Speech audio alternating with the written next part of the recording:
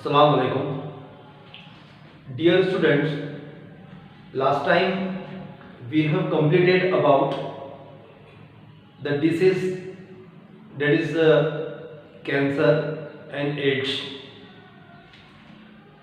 हमारा जो चैप्टर शुरू है it is about the health and diseases. In that up to now we have studied the concept of immunity. उसके बाद में कॉमन ह्यूमन डिसीजेस हमने डिस्कस किया था. इनमें बहुत सारी बीमारियों के बारे में हमने पढ़ाई किया है. और लास्ट में एड्स, उसके causes, symptoms, control measures and the medicine which use for the treatments of the AIDS, यहाँ तक कर देखा था. The next and the last topic of this chapter is about adolescence. It is also called adolescent, and it is defined as the age of individuals from 10 to 19 years. और तुम लोगों की जो एज है वो इस कैटेगरी में आती है. This is the age which also include the stage that's we call the teenage. तो एडोलेसेंट और एडोलेसेंस किसको कहा जा रहा है? It is the age that is from कहां से 10 to 19 years. And it begin from the age of the 10 years and it is completed at the beginnings of the 19 years. And then 19 years होने के बाद में, पूरे होने के बाद में, the person is called adult.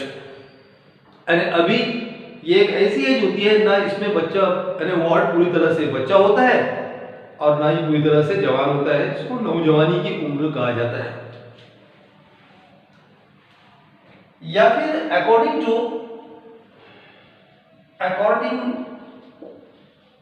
To the government in its national youth policy. Government की जो नेशनल यूथ पॉलिसी है उसके मुताबिक एडोलेसेंट को एक और तरीके से जो डिफाइन किया गया है, उसमें एज वगैरह बढ़ा दिया गया है. तो according to government and its national youth policy, it is the age from 13 to 19 years. और 13 से लेकर तो 19 इयर्स की एज ये गवर्नमेंट की यूथ पॉलिसी जो है नेशनल, उसके मुताबिक क्या कहा जाता है?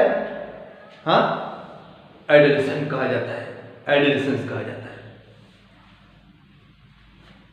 इट इज द पीरियड, दूसरी लैंग्वेज में ये वर्ड में हम बोल सकते हैं periods from the beginning. It is the age from the beginnings of appearance of secondary sexual characters and the terminations of physical growth.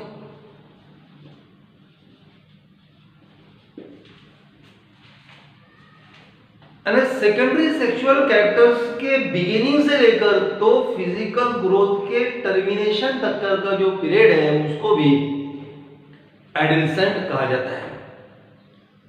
तो these are the various definitions according to which we can define the adolescent. अब ये जो adolescent period जो होता है इसको transition period भी कहा जाता है, from childhood up to the adulthood. तो ये डिवाइड हो जाता है 3 अलग अलग स्टेजेस में। तो एडोलेसेंट,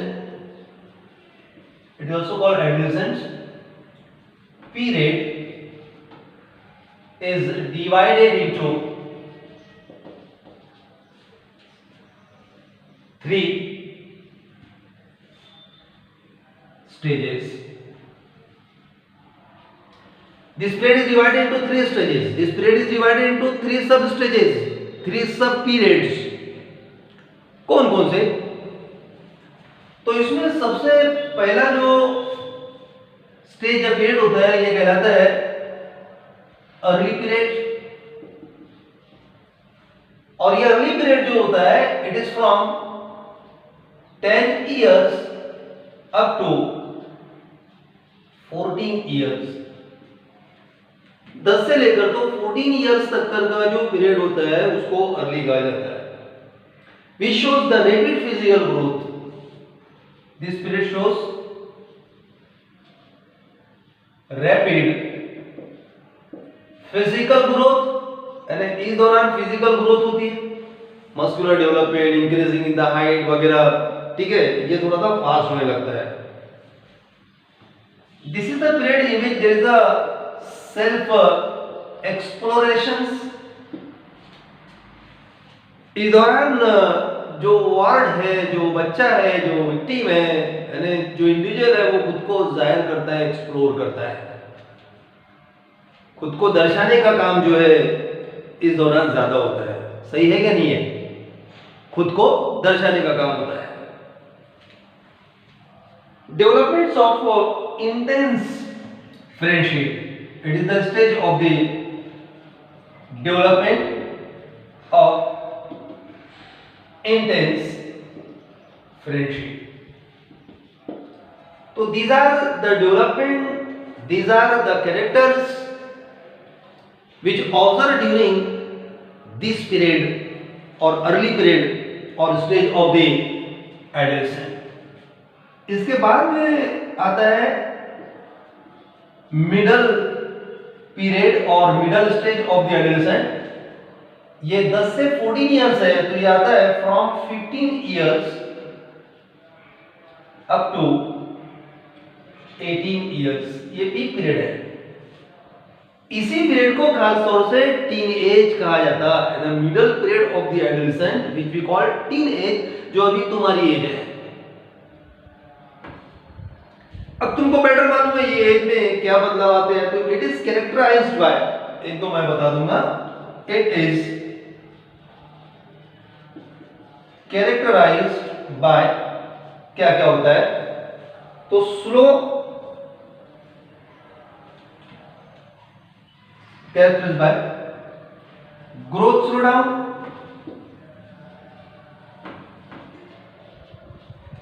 इस दौरान ग्रोथ जो है वो थोड़ी धीमी हो जाती है, एक।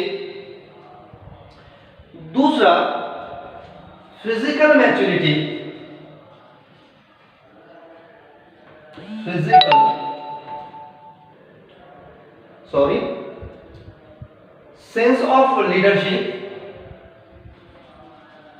सेंस ऑफ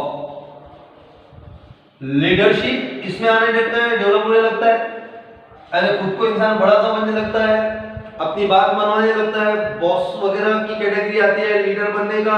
लीडर बोले तो नेता वेता की बात नहीं कर रहा हूं मैं, नहीं तो बोलेंगे नेताजी बनने का, इलेक्शन लड़ने का शौक लग जाता है, नहीं, यानी ग्रुपिंग वगैरह होता है, फ्रेंड सर्कल बनते हैं, तो उसमें खुद को इंसान बड़ा बताने लगता है, लीडिंग करने का सोचता है, खुद को मतलब ये दर्शाता है कि नहीं मेरी सुनो, मैं ऐसा बोलूंगा वैसा है, मेरा सुनना चाहिए, ऐसा कुछ लगता है। And this is the period of the development of secondary sexual characters. तो next one is development of secondary sexual character. Secondary sexual character का डेवलपमेंट वगैरह होता है attractions of the opposite sex, attraction of opposite sex, attractions of opposite sex। अरे जो opposite sex होते हैं, gender होते हैं, इसका अट्रैक्शन होने लगता है। एंड यू नो बेटरली कि इस एज में लड़कों का लड़कियों की तरफ रुझान बढ़ता है और लड़कियों का लड़कों की तरफ रुझान बढ़ता है। तो this is called the attraction toward the opposite sex, और ये नेचुरल है। हाँ, लेकिन हद से ज्यादा नहीं होने को ना, वो अलग बात है। थोड़ा बहुत होना तो नेचुरल है, ठीक है, लेकिन उसको कैसे कंट्रोल करना है, it is in your hand. तो यही एक एज होती है जहां से इंसान भटक भी जाता है, बुरे आदतें, बुरे लक्षण भी लग जाते हैं। तो ये जो हो गया, it is an second stage of the adolescent. और तीसरी स्टेज जो होती है एडोलेसेंट की, या तीसरा जो पीरियड होता है एडोलेसेंट का, ये कहलाता है the third one is called the late of the adolescent. और ये लेट पीरियड जो रहेगा, of course it is from 18 to 19 years of the age. इसमें जो पर्सन रहते हैं इंक्लूड फ्रॉम कहां से कहां तक पर, 18 से 19 साल तक का। और in this period there is an physical maturity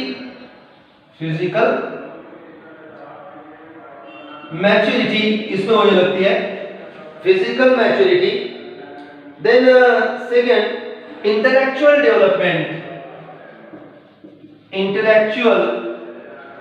development. अरे अक्ल वगैरह ज्यादा बढ़ने लगती है, इंटेलेक्चुअल डेवलपमेंट रहता है, लड़कपन कम होने लगता है इस दौरान। जैसे बाकी वगैरह अगर तुम पास हो जाते हैं तो जाहिर बात है थोड़ी अक्ल बढ़ जाती है, अंडरस्टैंडिंग बढ़ जाती है में। और stable, it is the age of the stable relationship. तो these are the changes which are generally seen in case of the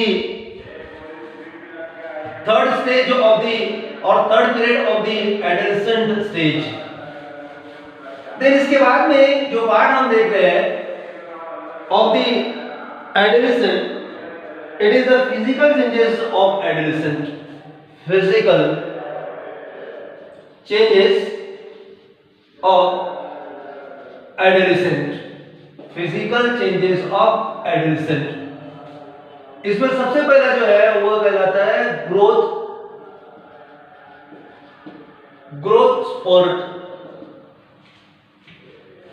growth spurt जो होता है, जिसका मतलब होता है ग्रोथ में तेजी, बढ़त में इजाफा। तो कौन सी ग्रोथ होती है, ग्रोथ स्पर्ट में क्या होता है? तो it's occur in both the individual, both the sex, occurs in both the sex, अरे मेल में भी और फीमेल में भी। तो इन बॉयज, खासतौर से लड़कों में मस्कुलर डेवलपमेंट होने लगता है। उसके बाद में there is an broadening of chest वाला जो हिस्सा है वो ब्रॉड होना। Then appearance of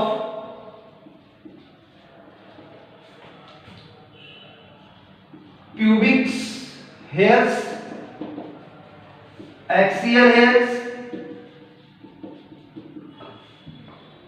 hairs on chest,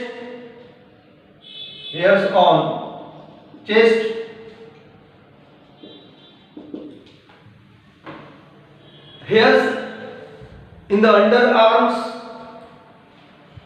cracking of eyes, voice. These changes generally occur in case of the boys.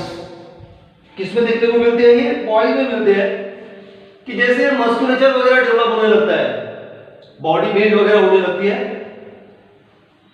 Chest हिस्सा ब्रॉड होने लगता है, और प्यूबिक हेयर्स जो होते हैं ये डेवलप होने लगते हैं, दाढ़ी और मूंछ के बाल आने लगते हैं, ये पता है तुम लोगों को होने लगता है। और आवाज वगैरह जो है, ये वोकल कॉर्ड बोलता है, वो लो पिच वॉइस होती है मेल में, इसको क्रैकिंग ऑफ वॉइस कहा जाता है, ये होता है। और इन गर्ल्स और खासतौर से लड़कियों होता है, तो लड़कियों में development of breast, broadening of hip region in case of the female. तो लड़कियों में हिप रीजन वगैरह का ब्रॉड होना, enlargement of ovaries and uterus, enlargement of ovaries, uterus etcetera. तो ये ग्रोथ स्पर्ट में आता है। इसके बाद में the second physical changes observe is most remarkable changes and that second change is called sexual changes.